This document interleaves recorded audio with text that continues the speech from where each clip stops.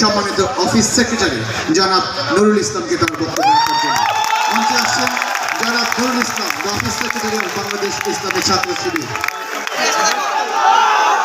আমরা দেখতে পাচ্ছি ইসলামী ছাত্র শিবিরের কেন্দ্রীয় সভাপতি জনাব মঞ্জুরুল ইসলাম আমাদের সঙ্গে উপস্থিত আছেন। আমরা তাকেও বক্তব্য শুনবো, তবে সবার শেষে he is the president of this session, so the president must speak at the end. Right now, the Office Secretary of Chhatra Shibir, Janab Nurul Islam. Alhamdulillahi kafa wa salamun ala ibadihi allazina istafa, amma ba'd. Rabbi shrah li sadri wa yassir li amri wahlul 'uqdatam min lisani yafqahu qawli.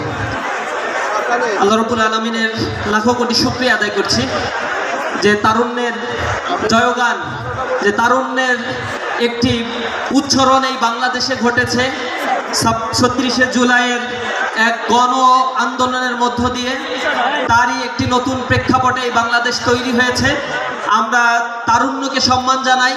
কবি নজরুলের ভাষায় বলতে হয়, তিনি বেশ আগেই বলেছিলেন, বিশ্বটাকে দেখবো আমি আপন হাতের মুঠোয় পড়ে।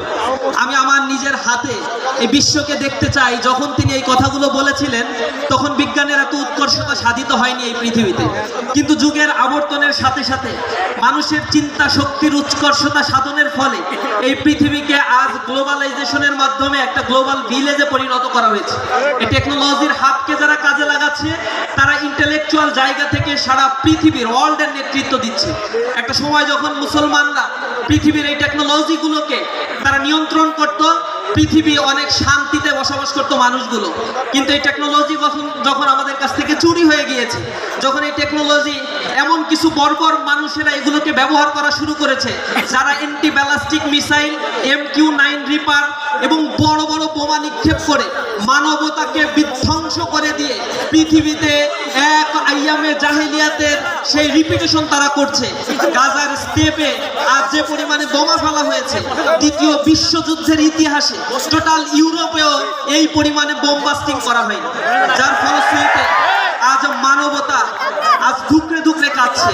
সভ্যতা, তথাকথিত সভ্যতার কথা বলে বিশ্বের সবচেয়ে ধ্বংসযজ্ঞ যারা চালাচ্ছে তাদের জন্য আমরা ধিক্কার জানাই। আজকের যে আয়োজন ইসলামী ছাত্র শিবির করেছে, আজকে তারুণ্যের এক মিলন মেলা হয়েছে। আমরা বলেছি এটা বাংলাদেশের সবচেয়ে বড় খুদে বিজ্ঞানীদের মেগা ইভেন্ট। বাংলাদেশে স্বাধীনতা উত্তর এই ৫৪ বছরের ইতিহাসে এই বাংলাদেশে আমরা আজকে এখনো পর্যন্ত ক্ষুধা, দারিদ্রতা, শিক্ষাহীনতার একটি সমাজ ব্যবস্থায় বসবাস করছি। কাঙ্ক্ষিত নয় এই সমাজটি। আমরা দেখেছি আমাদের আজকে যে প্রেজেন্টেশনগুলো, এখানে প্রজেক্ট প্রেজেন্টেশন হয়েছে, ছোট ছোট খুদে বিজ্ঞানীরা যে আবিষ্কারগুলো করেছে এগুলোকে প্যাট্রোনাইজ করা, এখানে ইনভেস্টমেন্ট করা, এখানে বরাদ্দ দেয়া, যা আমরা পাই নাই। অথচ ইউরোপিয়ান কান্ট্রিগুলো এই মেধার বিকাশ করেছে, মেধাগুলোকে কাজে লাগিয়েছে, যার ফলে পৃথিবীতে আজকে তারা উৎকর্ষতা সাধন করেছে। সিঙ্গাপুর তৈরি হয়েছে, হংকং তৈরি হয়েছে, তাদেরকে বলা হয় they are the little dragon of economic development. তারা সিঙ্গাপুরে মাথার উপরে থাকে ৮০ তলা বিল্ডিং, নিচে থাকে ৫০ তলা বিল্ডিং, বিশাল এক বিল্ডিং, অথচ ছোট্ট একটা রাষ্ট্র। তারা এখন আবিষ্কার করছে, এটাকে বলা হয় মানে তাৎক্ষণিক একটা, আপনি এখন তাদেরকে বলবেন যে আমার এরকম হাজার হাজার গাড়ির প্রয়োজন, তারা কুইক টেকনোলজি দিয়ে অল্প সময়ের মধ্যে তারা এগুলো আবিষ্কার করে দিচ্ছে। এই টেকনোলজি তারা তৈরি করেছে, হিউম্যান ব্রেইনকে তারা কাজে লাগিয়েছে। সুতরাং সেই ব্রেইনকে কাজে লাগানোর জন্য আমরাও আমাদের দেশে যে ব্রেন ড্রেইন হয়ে যাচ্ছে, একটা স্ট্যাটিস্টিক্সে দেখাচ্ছে যে বুয়েট থেকে পাশ করে 60% স্টুডেন্ট যারা হায়ার স্টাডি করতে বিদেশে চলে যাচ্ছে, আবার তারা এই দেশের কল্যাণে ফেরত আসছে না, কারণ তাদের মেধাগুলোকে ইউটিলাইজেশন করার মতো যথেষ্ট রিসোর্স এবং সম্মান এই দেশের সরকার, এই দেশের প্রশাসন দিতে পারে না। আমরা ইসলামী ছাত্র শিবির তারুণ্যে বিশ্বাস করে, আমরা তারুণ্য, আমরা পারি, আমরা পারবো ইনশাআল্লাহ। আমরা এই বাংলাদেশকে দেখিয়ে দিতে চাই, এদেশের যুবকেরা, এদেশের শক্তি, ইসলামী ছাত্র শিবির সেই শক্তিগুলোকে অ্যাকোমোডেট করে এই বাংলাদেশকে নতুন তারুণ্যের বাংলাদেশ গড়ে তুলতে চাই। আমরা প্রতিটি বিপ্লবকে ধারণ করতে চাই। এই বাংলাদেশে যে রিভলিউশন হয়েছে, এই রিভলিউশন কোনো ব্যক্তি, গোষ্ঠী, জাতির নয়, যে কামড়া কামড়ি শুরু করে দিয়ে এই গোষ্ঠীগুলো, কিছু গোষ্ঠী রয়েছে এখান থেকে ফায়দা হাসিলের জন্য তড়িৎ গতিতে শুধুমাত্র খাওয়ার ধান্দায় আছে। আমরা এই দেশকে নিয়ে স্বপ্ন দেখছি, এই দেশ কোনো বেনিয়ার হাত থেকে নিয়ে আরেক বেনিয়ার হাতে দেওয়ার জন্য এত হাজার হাজার তরুণ যুবা এখানে জীবন প্রদান করে না।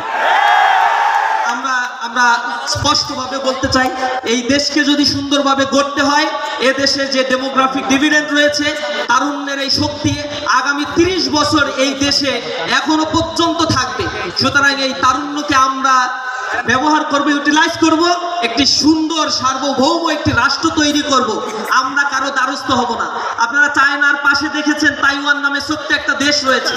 চায়নার জন্য এই তাইওয়ানটা মাথা ব্যথার কারণ তাইওয়ানের যে টেকনোলজি রয়েছে, এই টেকনোলজির কাছে চায়না পর্যন্ত স্বীকার করতে বাধ্য হয় ছোট্ট একটা দেশের কি টেকনোলজিক্যাল ইনোভেশন তাদের রয়েছে। তা আমাদের দেশ 3 দিক থেকে কারা ঘিরে রাখুক আর 4 দিক থেকে কারা ঘিরে রাখুক, ইট ডাজন্ট ম্যাটার।